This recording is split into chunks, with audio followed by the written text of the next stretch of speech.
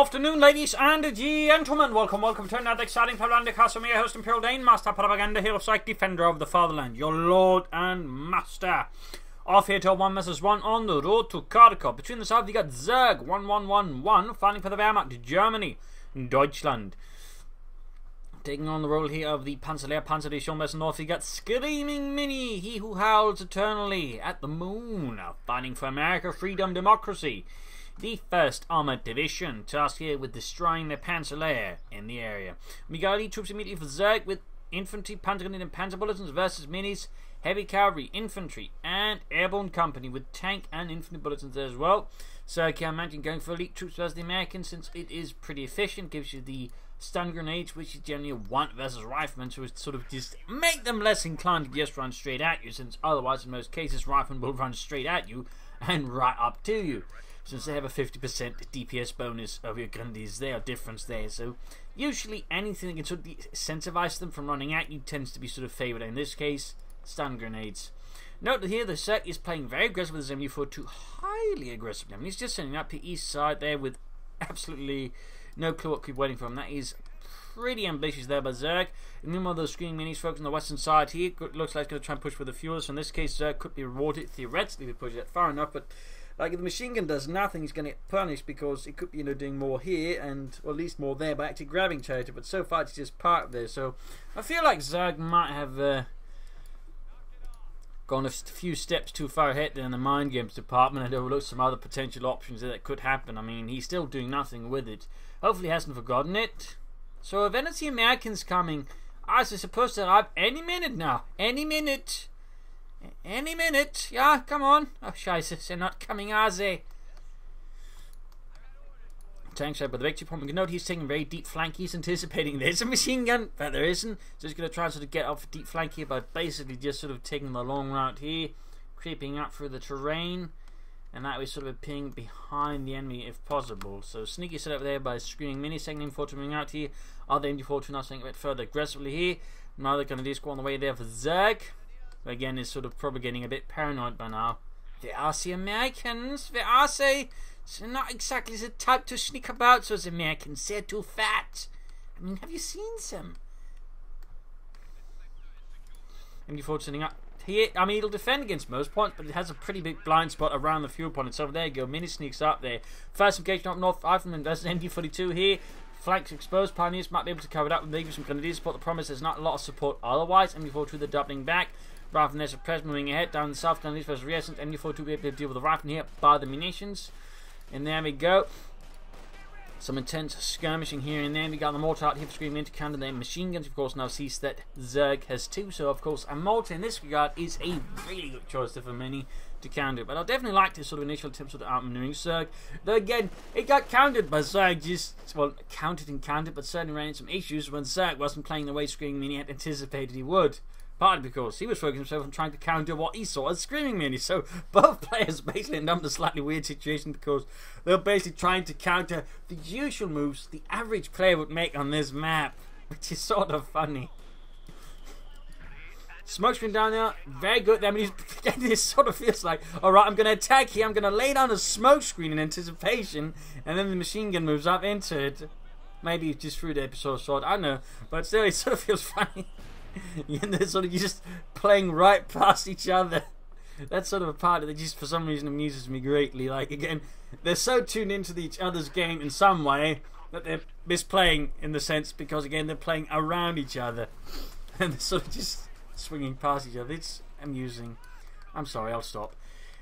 Grenadiers bring up these inside. We got 2 Grenadiers, 74-2 still. Pioneers to be got, I think, take up here for Zerg. Yes, indeed, a fast, like to make a nice company with maybe a half tech. Some Grenadiers, a Panzer Grenadiers could work out. Zerg has previously shown, I think, a proclivity towards half tech play, which I definitely sort of find interesting. It's only one reason I kind of like Zerg. It does play a slightly more interesting Wehrmacht style overall. But in this case, some doesn't seem to show that it's going for another Pioneer squad, another Grenadier squad, a heavier tier 1. Could it be designed just once a tier 3 rush? Is there something else sort of going on behind Zerg's cap?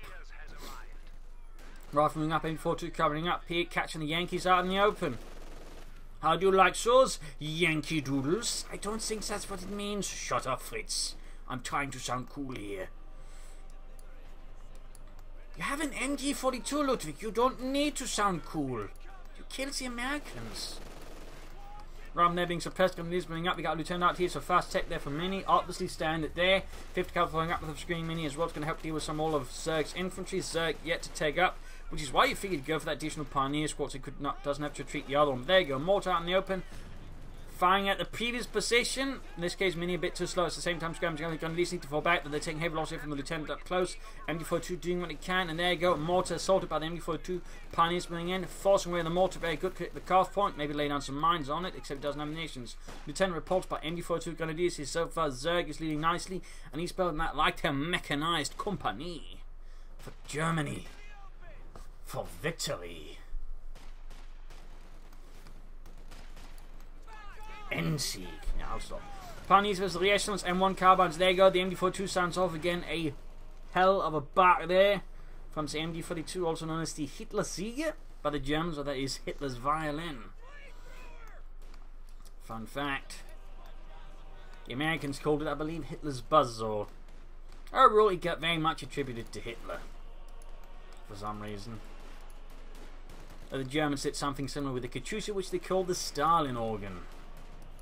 And they're going to aircraft out and weather ScreamingMinnie. Very common sort of American vehicular choice at the moment. Very potent, of course. Difficult to stop without a serious counting. Can, of course, tear for infantry. And even the 222. That cross usually a Pack 40, which can't easily deal with it either. Like the half-track can dodge that. So the anti-aircraft half-track in a lot of situations tend to be a very safe investment for the American player. And, you know, that's leads, you know, what you see a lot of American players going for, you know, players like them and so on. They'll just rush out a half-track as soon as possible because it's very strong. 50 cal though flanked by the MD42, very good. Overall, the Zerg is keeping out aggressive maneuvers, though he needs to be a bit careful here. Minnie's sort of trying to catch him with his mortar, but he's encountering the issue here that Zerg is very flexible as machine guns. He's not just parking them down in one spot forever and ever and ever. He's repositioned them as to where he's needing it, which is really good. We also note here Minnie's actually laying down light anti-tank mines in anticipation of vehicles themselves from Zerg. Might be the flamethrower half-check, might be the 222. Either way, though, he's making it harder for Zerg to use his vehicles in future engagements. Very good play here, very good foresight. Again, both players are displaying it to, I think, higher degree than you'd maybe see in some engagements. Though, again, it does lead to some weirder situations at times. Also, good use of smoke there by ScreamingMinnie. Good use. That is always something I like to see. Good tactical skills and... And certainly the of course, being a bit of a counter to the half-track. Used correctly. He's not popping it though. There we go. Yes, in this case though, a bit too slow. Minnie pulls back. In this regard, of course, you need to be able to push it as soon as possible and again to the arc of fire, so you can actually punish him. In this case, too slow there still. Force the half-track back, going for the Coh point. Denying any resources again. Zerg keeps up the tempo for the Panzer Division. The layer, by the way, in the division is standing for instruction, sort of referring to the fact that it was actually formed from instructional cadres across, different sort of German training units across, Germany. Which, of course, was a highly unique maneuver, possibly instigated by Guderian, maybe not. He does like to take and steal things, it seems. But basically, that was the idea. Of course, it rather hurt them sort of long term because again, it meant they had less instructors to train other chaps, but it allowed them, in a sense, to create an elite division much faster because generally German instructors were pretty good personnel. In part because the Germans had a very interesting concept where, most people retire units back to instructions units, to that way, pass on their experience. The Germans would take, instructors, form them into combat units and send them to the front line.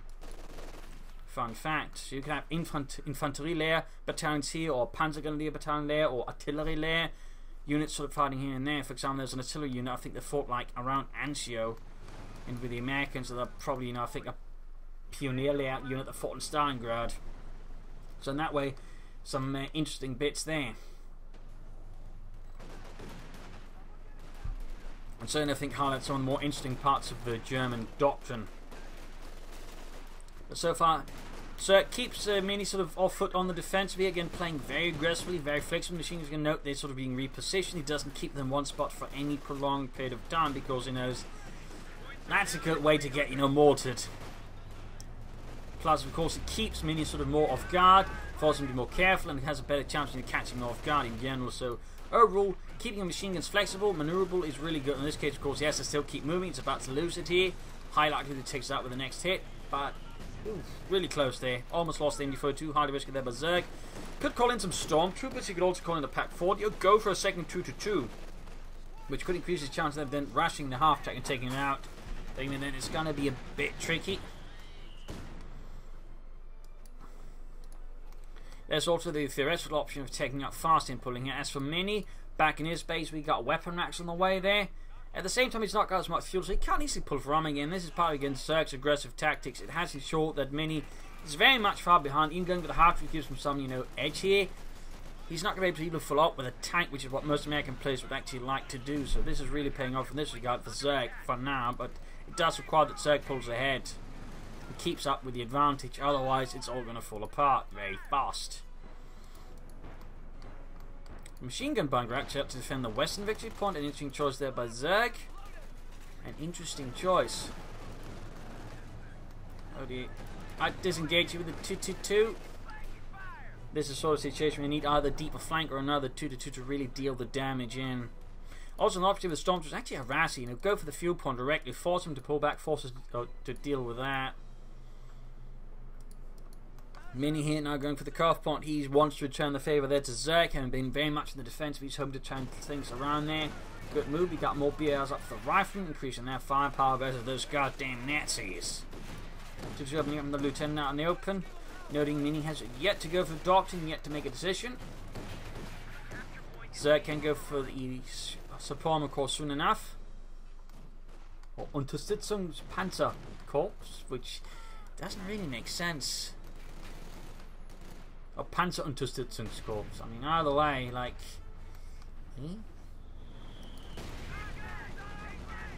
Either way, half-time up against the MD42. I would say I think he lost his opportunity there with the incendiary armor pistol round to really take it out, because if he can take it out fast, like, that's a big loss for the American player. Big loss. Right now here, the Zerg is struggling a bit here again. I think, again, that slip there might have caused him to get a bit unbalanced, maybe. Playing his MD42, I think they're a bit too aggressive. In fact, he's going for a Pack 40. He's not taking up. He is under a lot of pressure here from Minnie, who's slow turning around, and we got airborne here from Minnie, which has definitely been slowly catching on more. I feel with players like alongside Infantry Company, actually, which is becoming a big favourite with some players. As again, the whole mentioning in the patch notes, hey, we're nerfing the mortar after because it's too good. It's sort of going, making a lot of people go, hey, this is pretty good. Maybe we should go for it before they nerf it. That's sort of the irony and occasion of these patches sometimes, to sort of highlight stuff for people to, you know, abuse. But it is running up here. Panzer fastening off. Concussive grenade failed to make an impact on the rifleman. Damaged engine. Supreme Corps finally going up there for Zerg. He could rush out an Osprey, but in this situation I'd probably just recommend a Panzer IV, which in some cases will work just as well, particularly at the pin-light machine gun. It can have a nice impact. But now Minnie's putting more pressure on Zerg, hitting the Coh point again. Zerg, I think, they'll extend his line too far without any sort of serious way of holding back Minnie, and he kind of paid the price there. I mean, he could also go for an Osprey, which of course is a bit faster out, can certainly have the impact on the infantry better, but I do like the Panzer IV overall, I think, personally. Though again, that's not because the Osprey is, well, it's kind of bad, but not fully bad. After being fixed up, him and Euro, I think, doing well. He's not laying down more mines. Instead, he's going for another mortar. I mean, that's going to have a nasty impact. There's also airdropped in an anti-tank gun. Very good work there. Very good work. So, I mean, Minnie is quite away. He's going to be behind in the armor race. So rather than trying, you know, to catch up directly by just, you know, trying to somehow outrush his opponent, which isn't going to work. He's just going to try and play as much as possible then in this sort of safe zone right now. Pull up another mortar while supporting with anti-tank guns. That way try to bleed out Zerg, and that way sort of try and cushion out the armoured impact, and then sort of push out his armour at a later point. So it's an interesting tactical and strategic choice here by Minnie. We'll have to see, of course, he can pull it off, but it certainly has the potential. Mortifying the bunker, which is now exposed. Big push up the eastern side. 2-2 moving in. Straight into the half-deck. Pack 40 is nowhere near to be seen. In fact, it's being attacked there by the rifleman.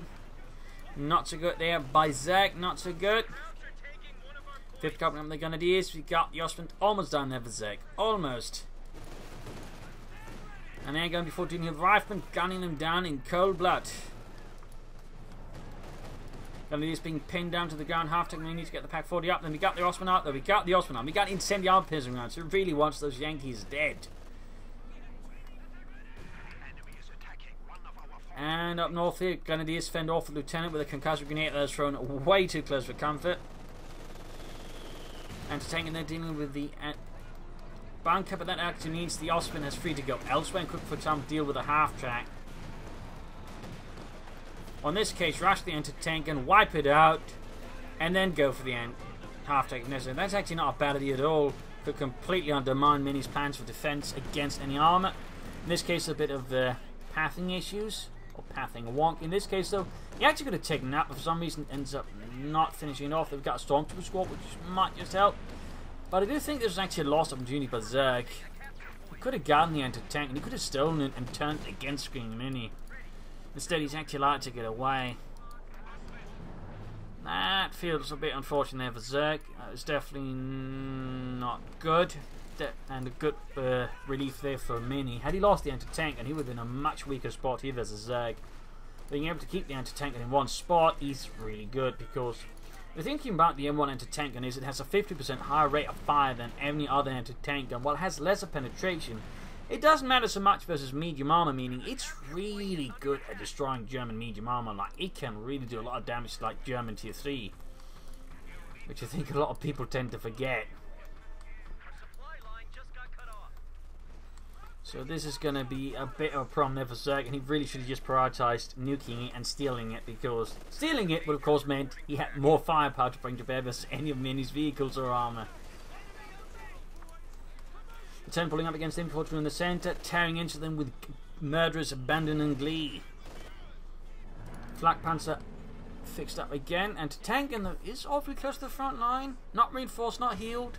Might be a second chance here for Zerg to take it out, and Minnie really should be careful about that. Like, he's pushing his luck a bit. The double mortars is definitely also a threat there to Zerg. One Stormtrooper squad, he should definitely, I think, go for assault rifles them. Would certainly have an impact versus rifle. No, why is he putting the Austin all the way over there, though? A bit isolated, a bit on its own.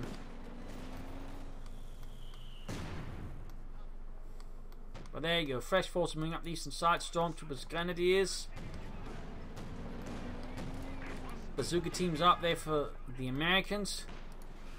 And there you go, Flak Panzer direct hit from the M1. Pioneers rushing to the 50 cavalry, which are getting suppressed.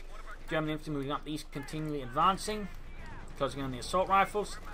And rolling in the 2-2, almost got the half track. And, gets hit by a stun mine. Gets it though with the cracks machine gun before the 2-2 goes down.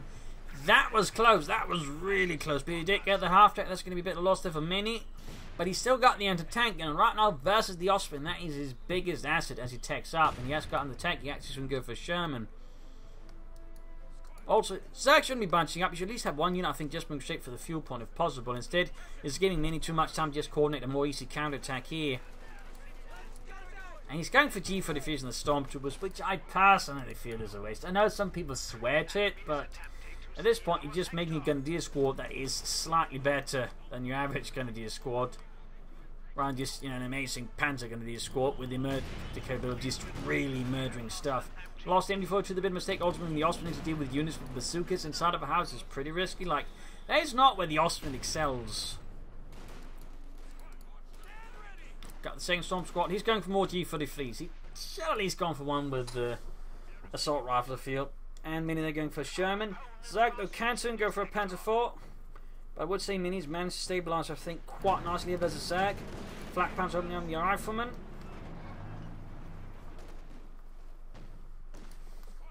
Alright, be quiet and pretend you're a bush.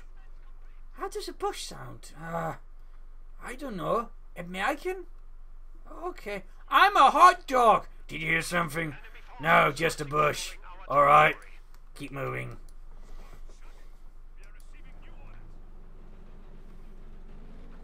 Finding out here, rifle standing right, and oh, we got a band grenade. Gebalteladnung.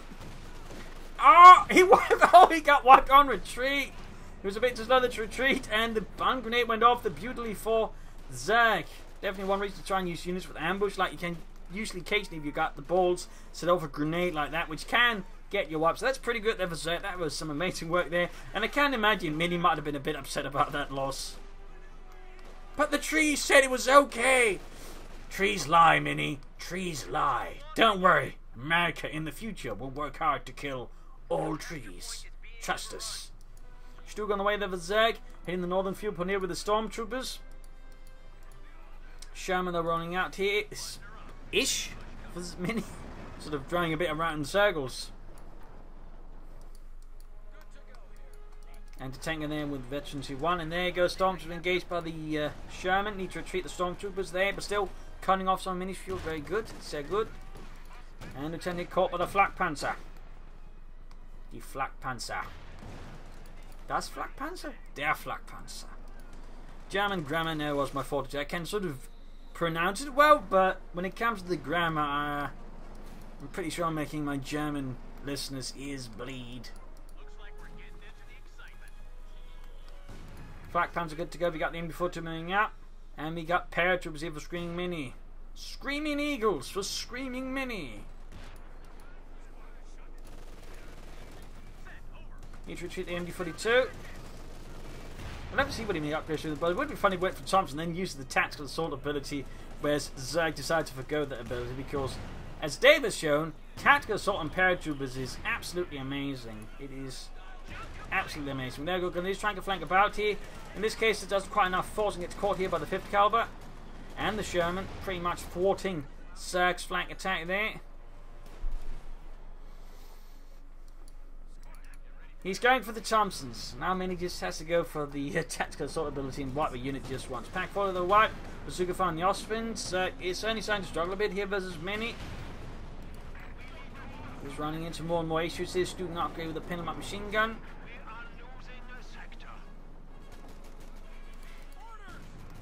Minnie continues to advance well. And again, like the Thompsons themselves are pretty great, and tactical advance again, or tactical assault for the paratroopers is amazing. It's nuts. I'm still surprised more American players just don't use it more because again, that ability is godlike. Like used correctly, of course, it has risks, but it is really good if you know how to use it well. It is really good.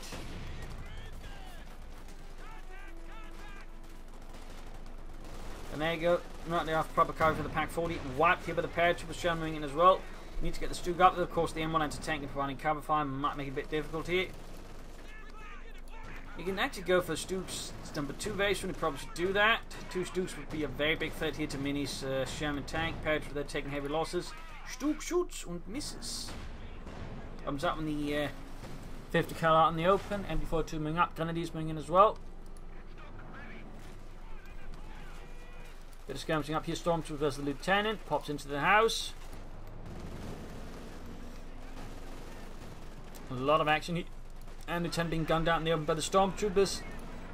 Osprey with the 6 kills for the Fatherland. Grenadiers flanking up here behind the 50 caliber machine gun. And there goes successfully forcing it back with some well-placed shots for Germany. Up here the fight continues. Not the best place to really fight out of the Reserve Garrison unit with G-45 of this strength. Like a Butch is not the most amazing place.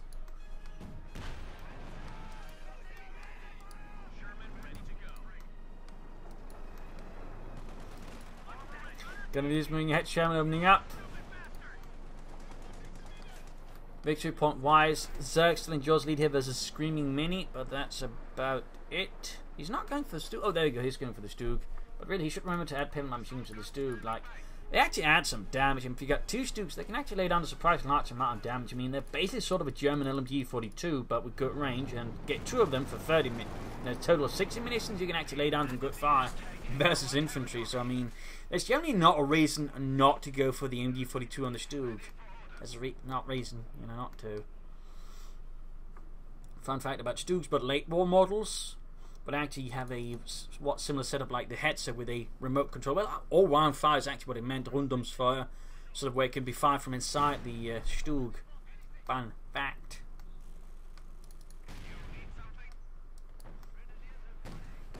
Here's moving up to the Ostwind. Pack 4 repositioning, Stugs slightly more precision. Got Jackson on the way here for ScreamingMinnie. Makes sense, of course. Paratroopers running about here.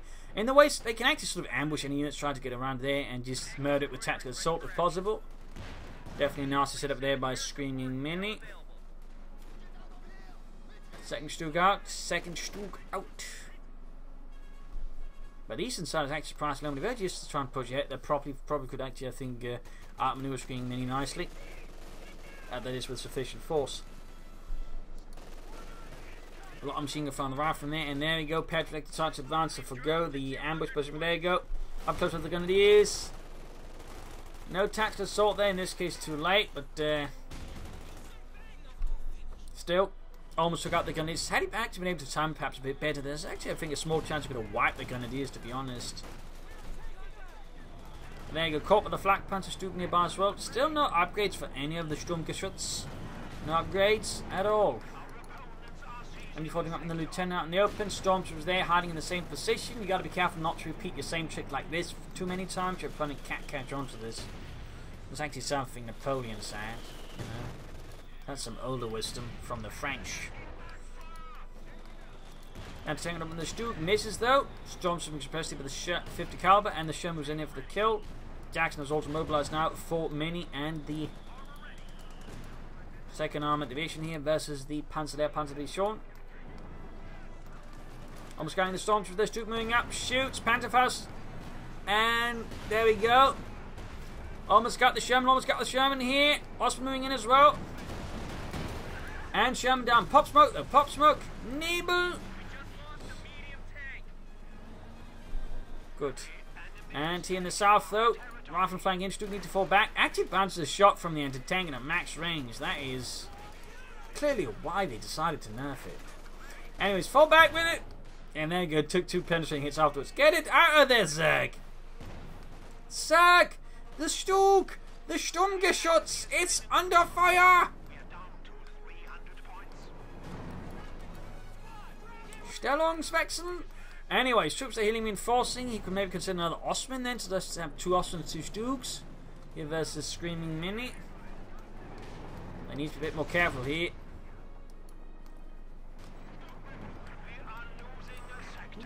Still hasn't bothered with pinback machine guns. I really think that's a miss there by Zerg. I do think that's a miss. And losing the Stuke in the end because he... I don't know, I guess it was pathing, but... like, it is taking the safer move there. So I'm not so sure what happened there. It seems like perhaps Zerg might be a bit overstressed here versus ScreamingMinnie. Losing the Stuke, though, is costly. And we'll force them to replace it. They really should add pinback machine guns to them. He's going for a Patriot check on one of the Stormtrooper squads. Understandable to agree. I really think he needs to apply more pressure on the eastern side. Like he's, I think, playing too much along here with ScreamingMinnie's tune, which is something you don't want to do. As it really only favours Minnie. I mean, it also allows him to just more efficiently place the anti-tank into the game. If he knows where the fire's going to happen, he can set out much better again. That way he can do a lot more damage if he has to, rather than if he has to run after Zerg where he's fighting. So right here, I feel like Zerg might be starting to play a bit too predictably here for ScreamingMinnie, which of course means ScreamingMinnie can need to deal with him. Falling back to the storm, she's got the Patriots there, hard in pursuit. Stormtroopers falling back. Further and further back here. Healing reinforcement going then back in his base. For Minnie, we got nothing further. He's also now got the P-47 rocket strafe ready.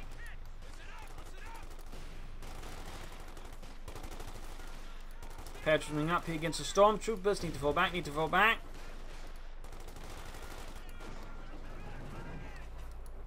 More being suppressed here by the gun. Well, actually not suppressed, just shot at. We really should pull back the Storms before the Predators was wiped. I mean, this is a pretty risky engagement. It does work out there, much surprise. It does work out. At least for now. I don't know if Zerg's actually going to play for the ace now. That'd be risky, but I suppose depending on how he does, it could work out. Of course, the P-47 is going to put that a bit on lockdown. Plus, he's going to cancel the Jackson for Sherman.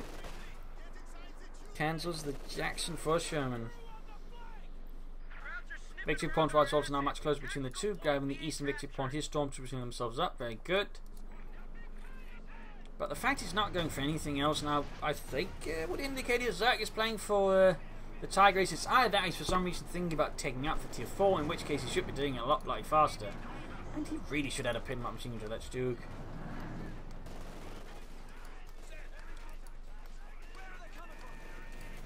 Concussive grenade off against the Lieutenant, halting in this spot. Oh!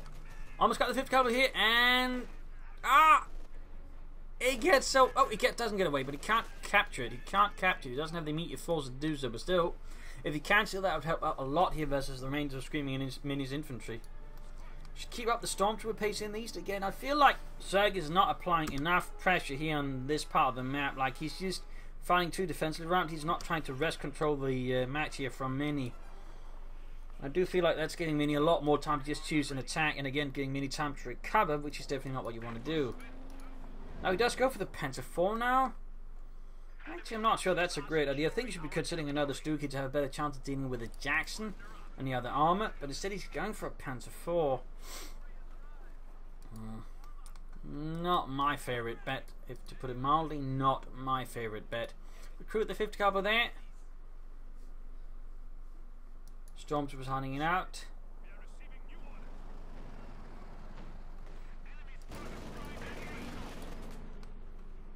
Telemines down.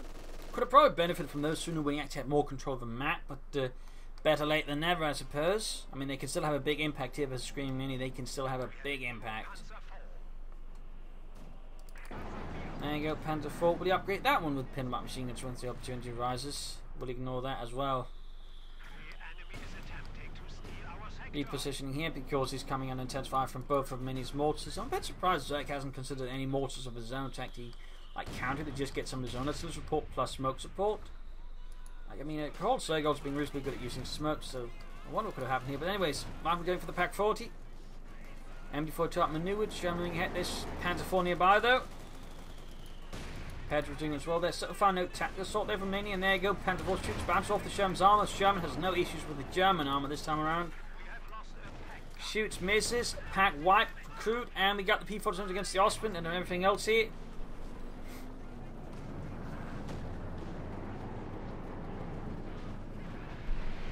And there you go, lots of rockets flying. Not really landing any impressive hits there. More hits there, gained virtually 2. Should fall back towards the base safely. There's Jackson around there. Also to get the Stug out of the area there of the action. Punishment to fix the Ostman. Very good, so good. Consider more pressure up east in the northeast. Finally, endlich. Ostman flying away there. Apparently got one of the aircraft at some point, which I guess is nice. Maybe the Panther 4 did. No, could have been it. There you go. Both P-47s down, it would seem. Very good, very good. Halfway to virtually free. If you can actually get it to virtually free, the Ostman does become kind of good, as it gains a very high rate of fire. Almost losing his MD42, got the element of fighting here, supporting. 159 and 89. This is going to risk getting pretty close between these two players. Any other keeping up pressure here?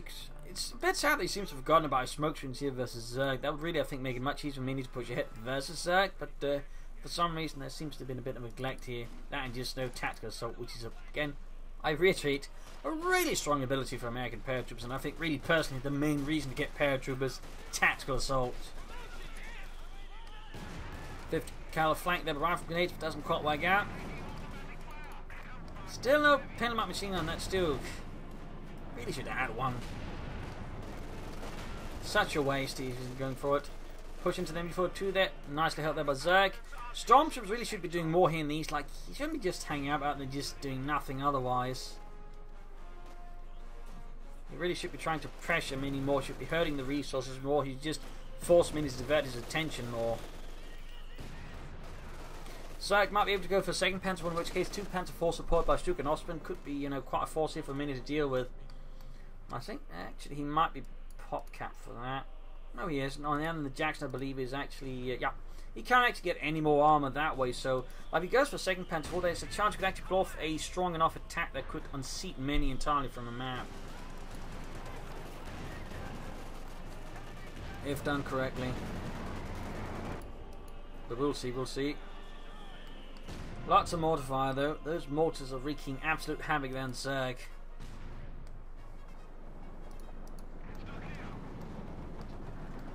Jackson moving in, no info support for the armor, nothing to spot for the Stug. And Jackson moving in, the Stug turning about. Jackson's going to get the first shot here due to having a turret, the Stug doesn't. Veterans one gain, second shot misses. And there you go, Panther to mine again. Really good job there by Minnie, they're laying down the light anti-tank mines. I really think like that's something a lot of American players are overlooking, but so far I would say they've been paying off nicely here for Minnie. They made it much harder for Zerg to be aggressive with his tanks, and if you deny the Wehrmacht like that, you can really just slow down the late game a lot. Plus it allows him to use the Jackson a lot more aggressively. You can just bait them into the light anti-tank mines and just make them really easy targets. Creates, a series of issues here for Zerg. I'm surprised he hasn't gone for any mines for his account. He's actually going for the second stoop. No, cancels it. Is he going to go for another Panzer IV, or what is Zerg planning? He's actually gone for a mortar of his own though, which would explain it. He has gone for a mortar of his own. Panther 4 fixed up, no minesweeper still. Fighting position being laid down to cover the area around the car front. Very good, very good. And he's, I think, so far making quite a nice bit of use of the American arsenal, though I do still think he should use tactical assault on the paratroopers just once. We do finally get some smoke here from Minnie as well. Was it Zerg that used it? Hard to tell, hard to tell. There you go, flak pans opening up, building a bit of distance there, doesn't want to get sniped at by the Jackson. A very understandable reaction there from Zerg and the Panzer there, Panzer Division. Still no pinlock machine guns in any of his armor. Seems like he either doesn't believe they're useful or keeps forgetting. Pioneer saying nasty at the M40, need to retreat.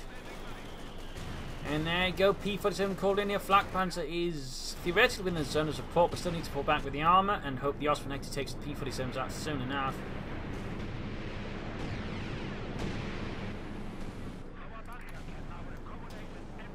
Need to get the Panther on the stoop. Ah, knocked out by the Jackson. Was it Shan rolling hit? No, it's down to tank, and I think they're using. Oh, take aim. Very good work there by Minnie. Very nasty. In this case, Zerg should have just fallen back much sooner. I think lingered just for too long in the area of operations there and left himself open to, follow up there by Minnie's anything else. Now the pack got wiped. No, this is another support team. In this case, the mortar got wiped. Osman is actually getting itself exposed. It seems like Zerg is just floundering about here, panicking a bit, and it's really making it easy for Minnie just to take out his stuff. Almost got the Osman Pack 40 opening up. Stoop moving in. Almost got the Sherman. Almost got it. Need to calculate around to the entertainer. There. He gets the Sherman up north. I think. Nope. Infantry following up though. Going for the Jackson here. Stoop going in. Landing solo hits. So there we go. Veggie 2 gain. And the P-47s are going in for another round. Despite the ability being over. Costing Zerg the Stoop without getting the Jackson. That's got to feel pretty rough there for Zerg. Sadly, the Osprey, despite being Veggie 2, could take out a single one of the P-47s. And certainly I think shows one of the weaknesses of the Osprey. Currently, it's just not very good in the anti-aircraft role, even with veterancy. It can feel very lacking. And now Zerg has lost most of his stuff. You can consider some Stugs again. I really think you should have just gone for another Stug as soon as possible. I might have just given a chance to just rush the Jackson and take it out. Instead, he's now in a situation where he's fell in the back foot here versus Minnie, in part because again he's not putting enough pressure elsewhere. He's playing, I think, too much along with Minnie's tune, and Minnie's just really good at playing that tune. Minnie though really needs to use tactile assault. He really needs to use it. Osman being fixed up slowly. Zerg's forces on a rather precarious state, I would say, for the most part. 75 points left. The game has really swung aggressively against Zerg here. Grenades off. Easily dodged here by Minnie. It's actually a bun grenade at that. That might have been a misclick or just poor choice. And we got a grenade off from Minnie. Minnie's actually researched grenades now. A bit late, but better late than never with grenades. Like, grenades are great versus other infantry until the late game, and particularly because it ignores veterancy. Like, you throw a good grenade, if it's hits right on a veterancy unit, it's dead. It's like researching grenades, even at this stage of the fight, can still have pretty strong applications. In particular, beginning to catch your opponent off guard and they just get a white boom jackpot. Another Sherman right there for Minnie. Zerg, I think, is playing for the Tiger Ace now. It might be a bit of a desperate all-in here from him to try and turn the game around. We'll see if it works out, though. It could work out if he handles it correctly. I mean, the balance between the two forces is reasonable, but the way that sort of Zerg has been playing so far, which is not as aggressive as I think he could have been, I don't think he's actually in the state we can actually take full advantage of the ace. At least he doesn't have enough munitions for another P-47 run. But there you go, Grenadier is wiped. And of course, there's also the anti-tank mines that could, you know, further throw off the AC.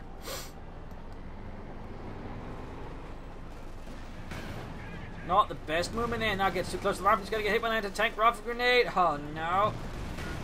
Another hit there. Ace is going to get up with a damage engine pretty fast. He's going to need to prioritize with his pioneers. Until then, it's just going to be a large block of manpower that's doing nothing for him. Like, that move there could have been handled, I think, a lot better there by Zerg. Like, he just moved in the ace in such a manner, it was very likely not to be very combat effective. Pack wipe, he's just turned into a complete mess of Zerg. Like, his ace bit did nothing. He's lost his anti-tank and he's lost his Ostwind. Like, this is just turning into a nightmare for Zerg. Absolute nightmare. And now he's sending in the ace with a damaged engine, making it a very big fat target.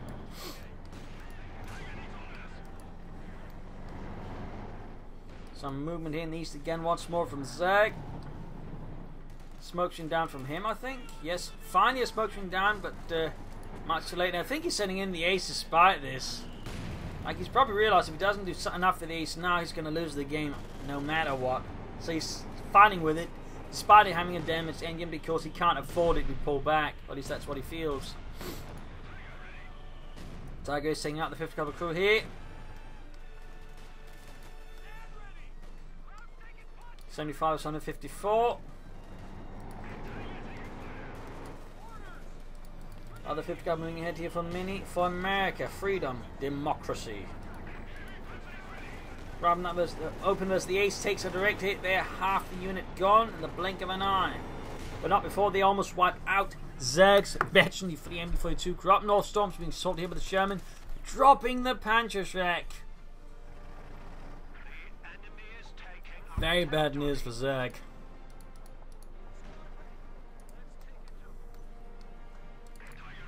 Now he's going to fix up the ace. Anti-tank and wrecked.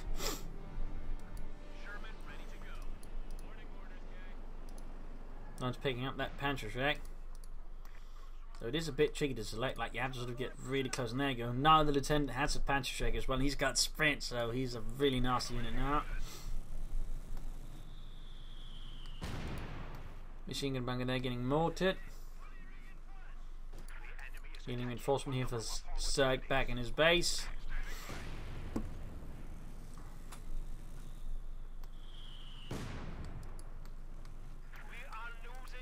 Cloud from the X range of the MB-42, and there you go, immediately suppressed. And there you go. It's going to have to be all or nothing here for Zerg. If you can't, like, do enough damage with the ace now, he's going to lose the game. Lost the bunker in the south.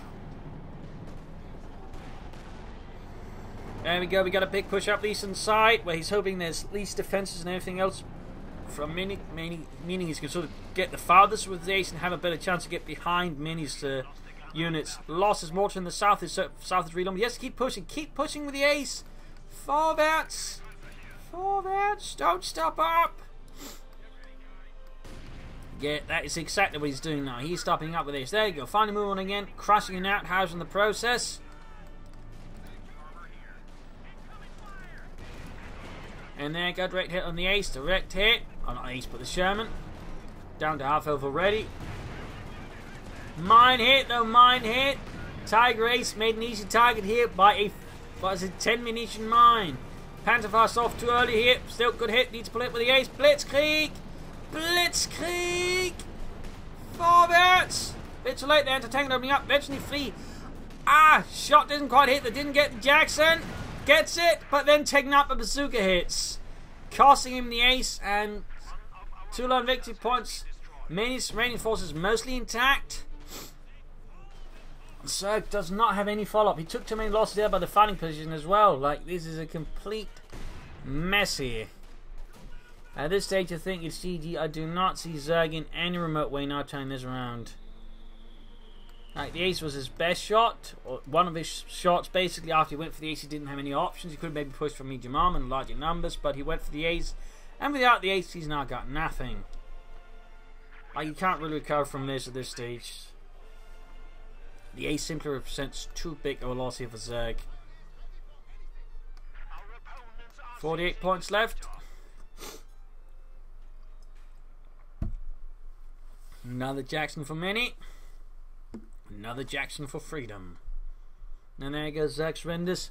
A loss for the German army, a loss for the Panzerlehr. An excellent fight here, I think, by both players. There again, an initial weird start there, funny start, and then sort of late game Zerg did well, but as the game turned towards the later stage, he sort of struggled there, in part because, again, he wasn't very good at maintaining pressure up. They just went to it easily on the defensive, and I feel like he should have gone at least from one assault rifle equipped stormtrooper squad and pushed harder with double Stoogs.